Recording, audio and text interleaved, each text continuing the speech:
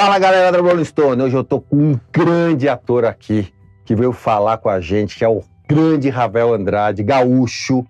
Muito prazer, muito obrigado por ter vindo aqui Obrigado na Rolling você. Stone, na meca da música aqui, onde, bom, você parou o Brasil com o Raul. E a nossa audiência da Rolling Stone implorou para ter o Ravel aqui no estúdio. E eu sei que a tua agenda de gravações está uma loucura. Desde 2012 você vem gravando séries, filmes, novelas na Globo. Então, assim, é uma vida de ator assim, muito ativa. E eu acho que é o último grande nome da geração dos 30 anos. É isso, Ravel? Isso, eu tô com 33 agora, 33. né? Sou da década de 90, né? Geração de 90. 90. Né? Ravel, eu quero fazer a primeira pergunta para você. Como é que a música entrou na tua vida? Eu quero que você conte lá atrás, com os teus pais, na sua casa, lá em Porto Alegre. Como é que foi? Qual foi o primeiro contato com a música? Volta lá. Sim. Quando eu fico tentando lembrar, assim, eu acho que a música entra na minha vida antes de eu nascer.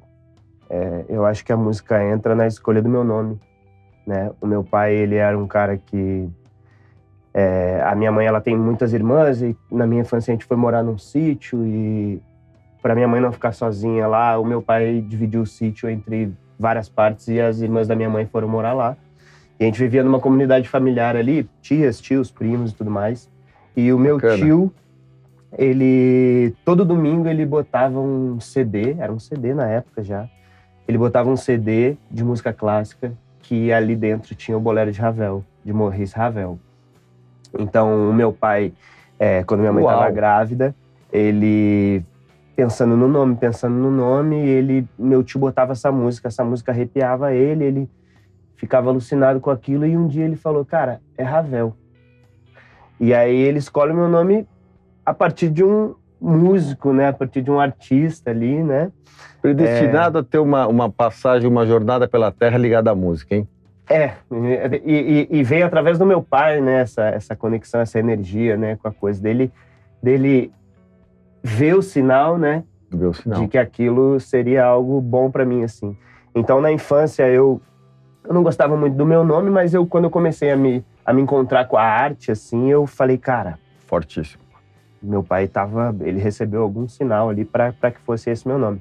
E quando eu tinha 6 anos de idade, o meu irmão mais velho, que é ator também, o Júlio Andrade, sim, grande, que é meu guru, assim, da vida, meu amor da minha vida, ele viu em mim uma vontade, né, de ser artista ali, logo muito pequeno, assim, e ele me deu meu primeiro violão.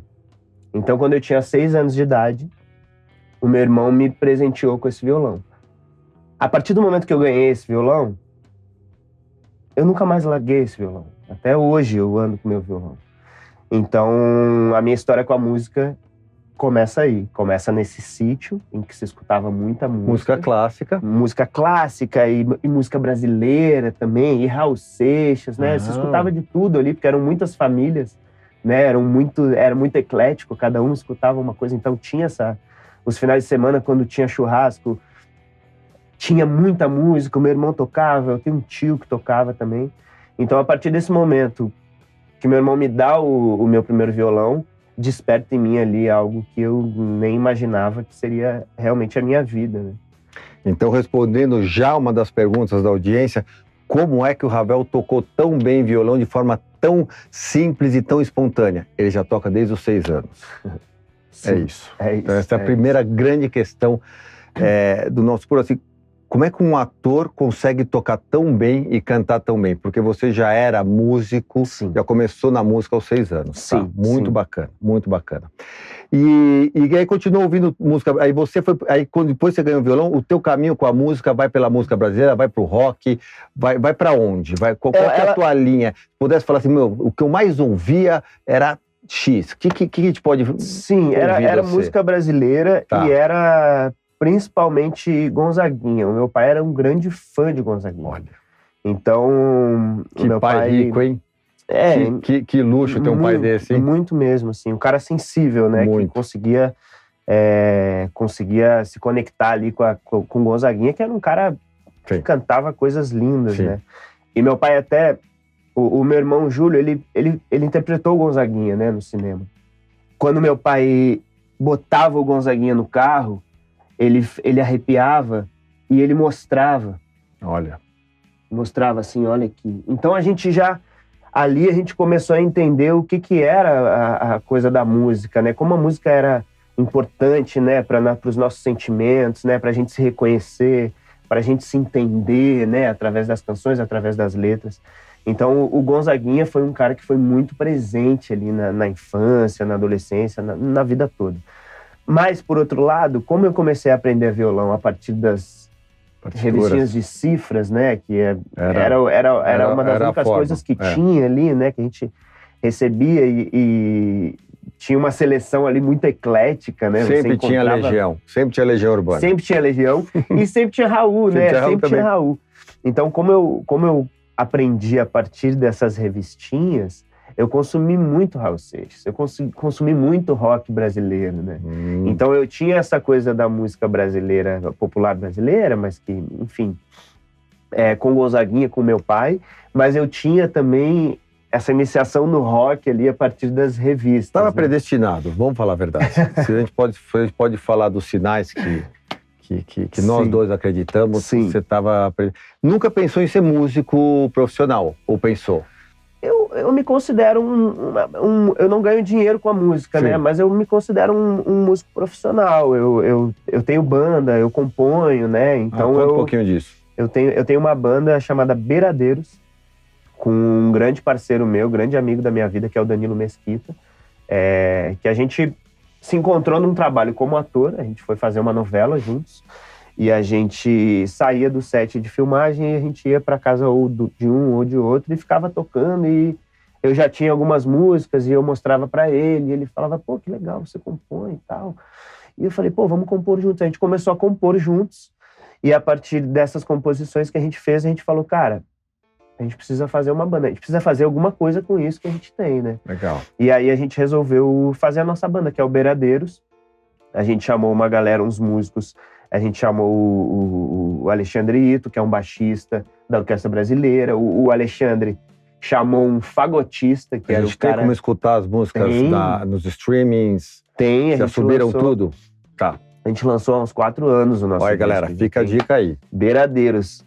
E aí a gente chamou esses caras, esses músicos que super acreditaram na nossa música, na nossa arte ali. E a gente, no caminho, a gente foi abençoado ainda pelo Milton, né?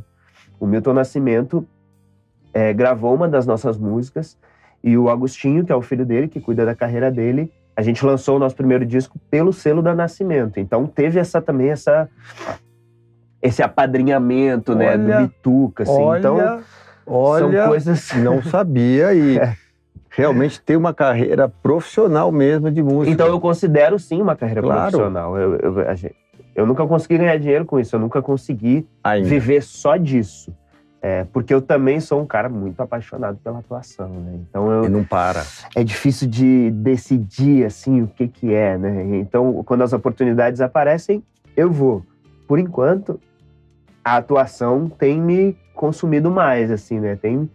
Eu precisei ficar mais no caminho da atuação porque os personagens... O momento é esse. Eles me encontram e eu não tenho como negar certos personagens, então eu vou nessa. Mas eu nunca parei de compor, eu nunca parei de tocar. Olha que legal.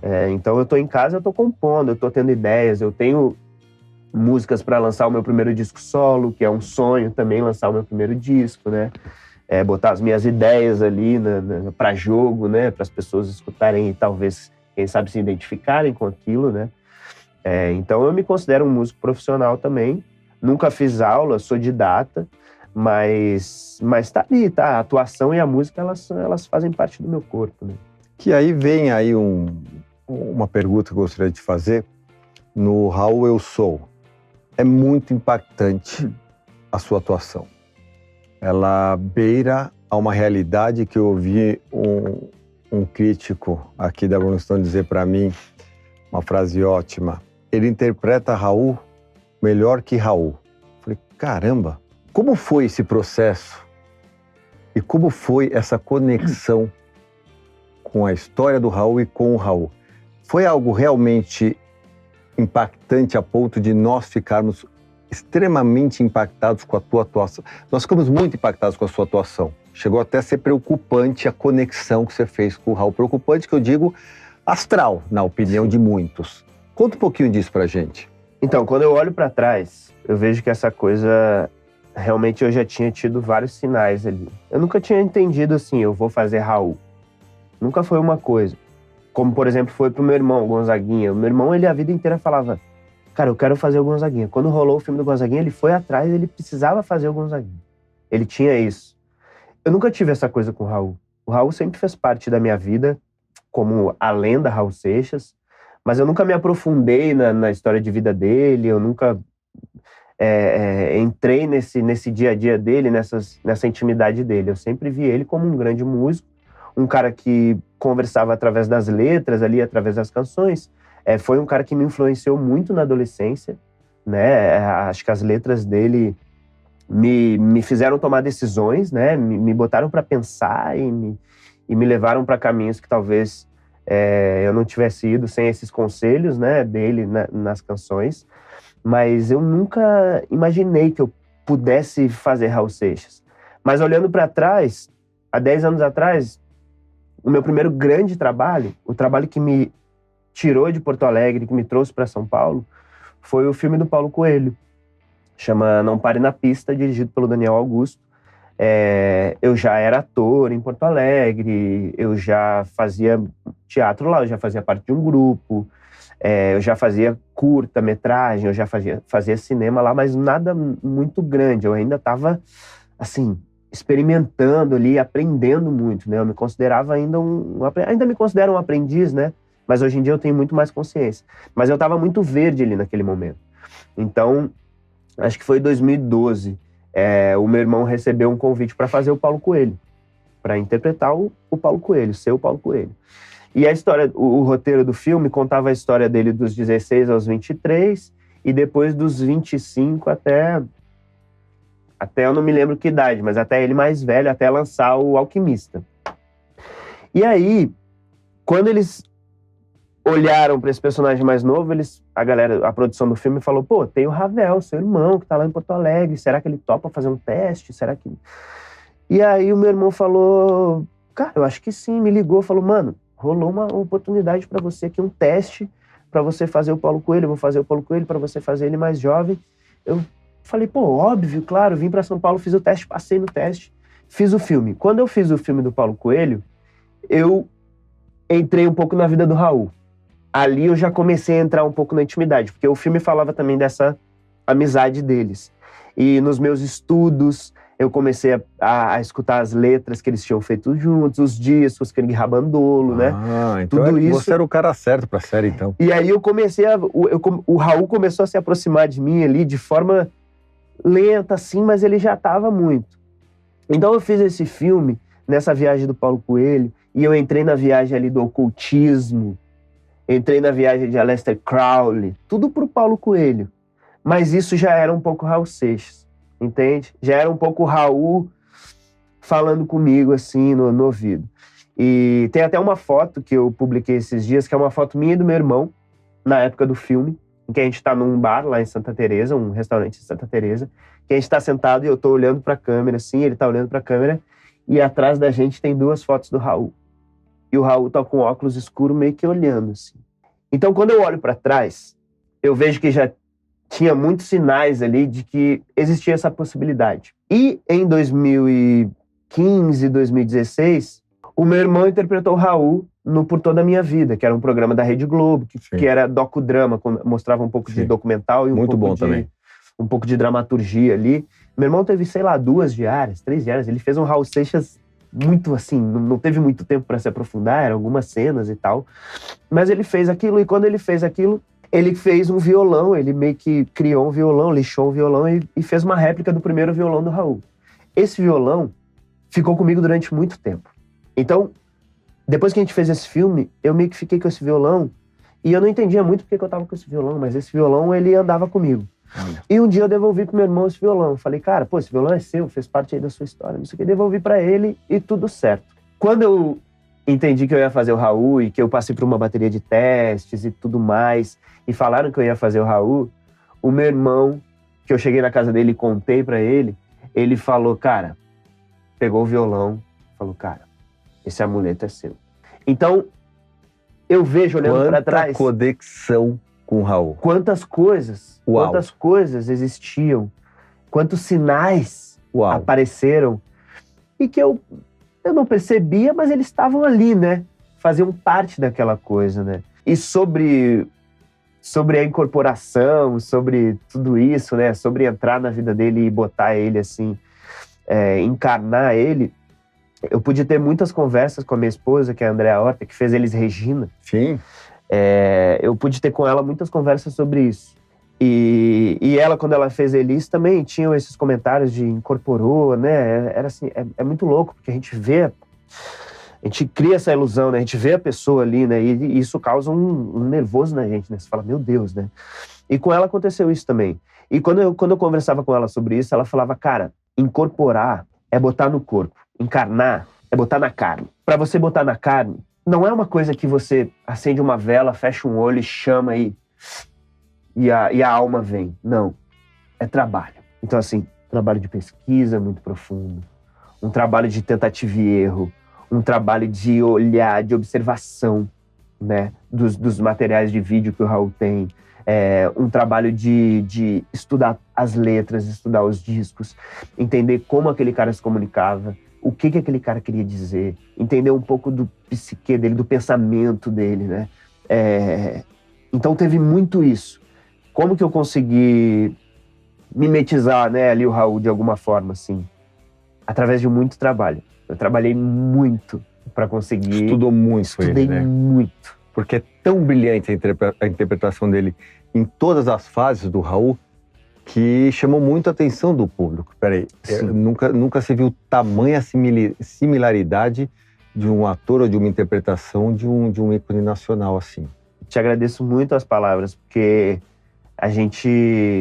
o Raul, ele é um personagem difícil. Ele é um personagem muito complexo. E ele não é um personagem pra dentro. Eu não poderia fazer ele minimalista ou naturalista, né? Que a gente chama na atuação, que é aquela atuação mais, né, real, assim. O Raul, ele não era esse cara. O Raul, ele era um cara espirituoso. Ele era um cara irreverente. Então, foi um salto no abismo mesmo, no mistério. Eu não sabia se aquilo ia dar certo. Um trabalho de composição muito grande. Ele é um cara que fala diferente de mim, ele é um cara que anda diferente de mim, ele é um cara que pensa diferente de mim. Então, eu precisava trabalhar para botar esse cara dentro de mim e não tirar de dentro de mim o Raul Seixas. Eu precisava engolir o Raul Seixas, entende? Sotaque, tom... o paulete que você solta, é uma coisa assim impressionante. E você teve que emagrecer para fazer, engordar, depois você teve também esse trabalho? Não, porque você vê que na fase final a maquiagem é muito boa, assim, brilhante. A O2 que Sim, fez, né? A caracterização é da Rosemary Paiva. A Rosemary Paiva merece outro troféu, pelo amor de Deus. É verdade. E você consegue interpretar o Raul mais sofrido, o Raul mais dependente de drogas, o Raul mais feliz, o Raul... E tudo isso foi com muito estudo, pelo que eu entendi agora. Muito. Eu tive acesso... Eu conversei com a Vivi Seixas umas 2 vezes, assim, por telefone. Eu não fui atrás, por exemplo, de Silvio Passos, que é um cara que eu poderia ter ido, é um cara super aberto e conhece Raul, né? Sim. De dentro pra fora, de fora pra dentro, conhece o Raul muito, assim. A Kika Seixas, que é a ex-mulher dele também... eu poderia ter ido, mas eu não tinha tempo pra isso, assim. Quando eu entrei no projeto, eu já fui pros discos, eu já fui pros livros, eu já fui pro material de pesquisa do Paulo Morelli. E você já tinha muito repertório na tua cabeça? Eu já tinha repertório de Raul, né? Eu já conversava com o Raul já conversava comigo através dessas letras, dessas canções, mas eu fui muito fundo no material de pesquisa da série, que a série é dirigida pelo Paulo Morelli, Pedro Morelli, pai e filho, né? O Paulo é um grande fã de Raul desde a década de 70, 80, Sim. Enfim, acompanhou todo o processo do Raul e passou pro filho dele. O filho dele é um apaixonado por Raul Seixas e eles dois dirigiram essa série, né? sobre o Raul, e o Paulo fez uma pesquisa de 5, 10 anos, eu não me lembro exatamente do tempo que ele teve de pesquisa, mas ele fez uma pesquisa muito profunda com os familiares, com os melhores amigos, com os artistas que trabalharam com ele. E esse material de pesquisa era, por exemplo, Cláudio Roberto, que foi grande parceiro, que é o verdadeiro maluco beleza, né? O maluco beleza 2 horas de Cláudio Roberto falando sobre Raul. Sim, na intimidade mesmo. 2 horas da Kika Seixas, 2 horas da Glória Vac, da outra ex-mulher. Ravel, o Paulo Coelho deu uma entrevista para o Rolling Stone de 2 horas. Ele estava muito, muito, muito emocionado e impactado com a veracidade da história dele junto com o Raul. Sim. Ele falou, a única cena que não bate é quando eu saio do DOPS, eu não vou para casa do Raul, eu vou para casa do meu pai. O resto é exatamente a minha história, onde eu chorei muito quando acabou o filme, mas muito. Sim. Então, assim, tá claro isso tudo que você está falando. Realmente teve um super estudo. Sim. Chama cinesérie, doc, é quase um... É praticamente é uma biografia, mas é quase um documental mesmo, né? Que a gente reproduz a vida real mesmo. Então, mas né? o lindo disso é que vocês reproduziram a vida real dele e conseguiram inserir cenas de você tocando o Raul que rechearam, deram um sabor e uma vontade de quero mais na série. E essa hora que você toca Raul, quando você está com o Paulo Coelho, Sim. quando vocês estão criando, quando você, Raul e Paulette estão criando, ou quando você está no palco, ela permeia por toda a série e deixa você impactado, porque você redescobre Raul. Sim. Redescobre Raul com a tua atuação. Quer dizer, a gente volta a ver o Raul com a tua brilhante atuação. Então eu acho que o serviço que você presta para o rock nacional é, assim, inestimável. Fico muito feliz de te ouvir falar, porque realmente teve uma atenção muito nos detalhes também. E acaba que isso chega, né? A gente, na hora, a gente não sabe se isso se vai funcionar, mas depois que a gente vê a resposta do público, assim, vê que muita coisa chega. Por exemplo, no SOS, cena da praia, que eu tô tocando ali, que eu tô com um cigarro na boca, a gravação original do SOS começa com uma introdução, e para, e tem uma tossida. Tem uma tossida bem gravada. Então, quando a gente reproduziu tudo isso, agradeço muito também ao Pedro e ao Paulo, que são diretores muito abertos. Eu pude também falar, cara, Paulo, Pedro, será que eu posso colocar isso? Aqui nessa música tem essa tossida. Será que cabe? Bora, vamos botar. Então tem esses detalhes que são pequenos, mas que na coisa toda o Paulo Coelho vê e fala, nossa. Ele chora no final.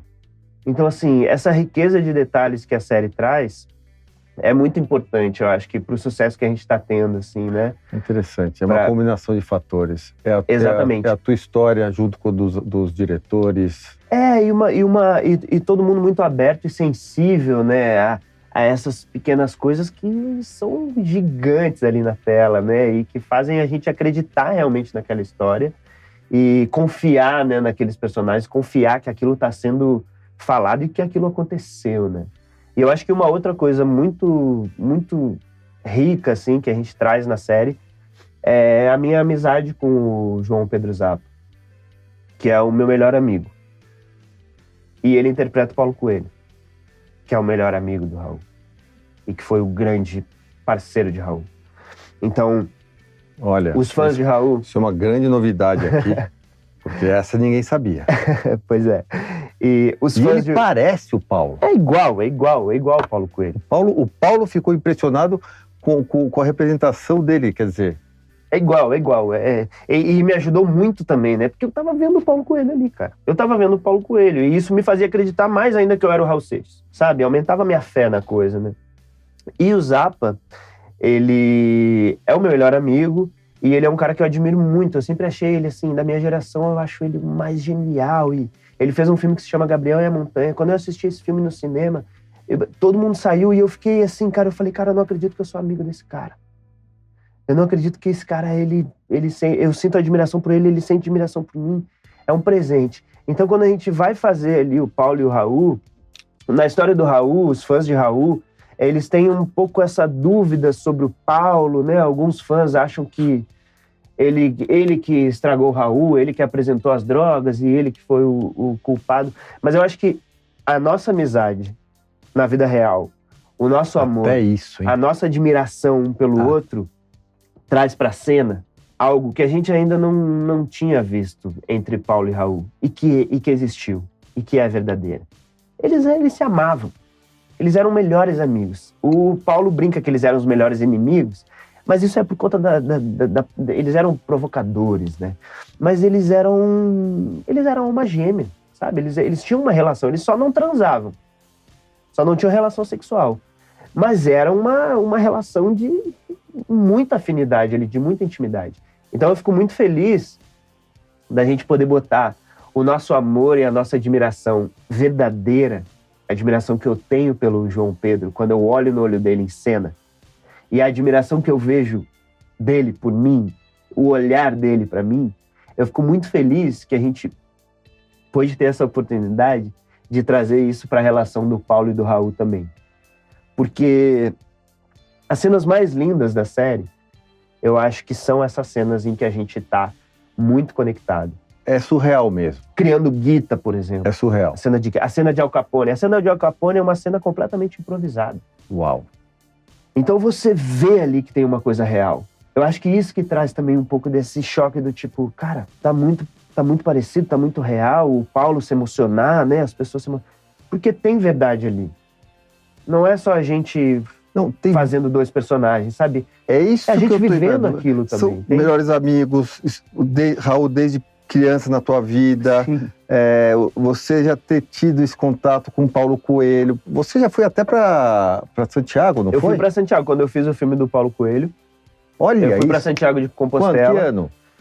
Eu acho que foi 2012, 13, Olha, por aí. quanto tempo. Eu fui pra Santiago de Compostela, eu e meu irmão, né, que interpretava ele também mais velho ali e tal, e a gente teve a oportunidade de conhecer ele e de andar com ele, né, em Santiago. E o Paulo em Santiago é isso, é o Michael Jackson, cara. Ele é um popstar, assim. A quantidade de oriental que juntou a primeira vez que a gente saiu do hotel com ele. E ele daquele jeito, né, aquela figura, ele é um personagem maravilhoso, né? A cabeça dele tem coisas brilhantes ali, né? Quando a gente saiu com ele e eu vi a dimensão daquele cara, eu falei, cara, esses caras não são daqui, esses caras são extraterrestres. Que eu acho que era uma coisa que acontecia com o Raul também. E eu fui agora no baú do Raul 80 anos, que teve comemoração dos 80 anos, e eu tava lá em cima, foi no Circo Voador, e eu tava lá em cima, e eu olhei aquela galera, aquele Circo Voador lotado, e eu tive uma compulsão de choro, porque eu falei, cara, o Raul, ele é muito maior do que eu posso alcançar. A galera cantando, eu perdi o meu medo, meu medo, meu medo da chuva.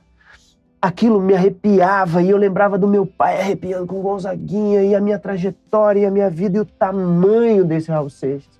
O tamanho desse personagem que eu tive a oportunidade e o presente de interpretar. Porque às vezes, cara, a carreira do ator ela pode ser muito cruel também. E às vezes a gente se dedica uma vida inteira e a gente não tem a oportunidade de mostrar o nosso trabalho. E eu acho que o Raul é um personagem que me dá essa oportunidade. Que me deu essa oportunidade muito cedo. Eu considero que eu sou jovem e que eu ainda sou um aprendiz, que eu ainda estou aprendendo. E receber essa missão de interpretar um personagem dessa magnitude é um presente da vida, assim, que são oportunidades que aparecem para poucas pessoas.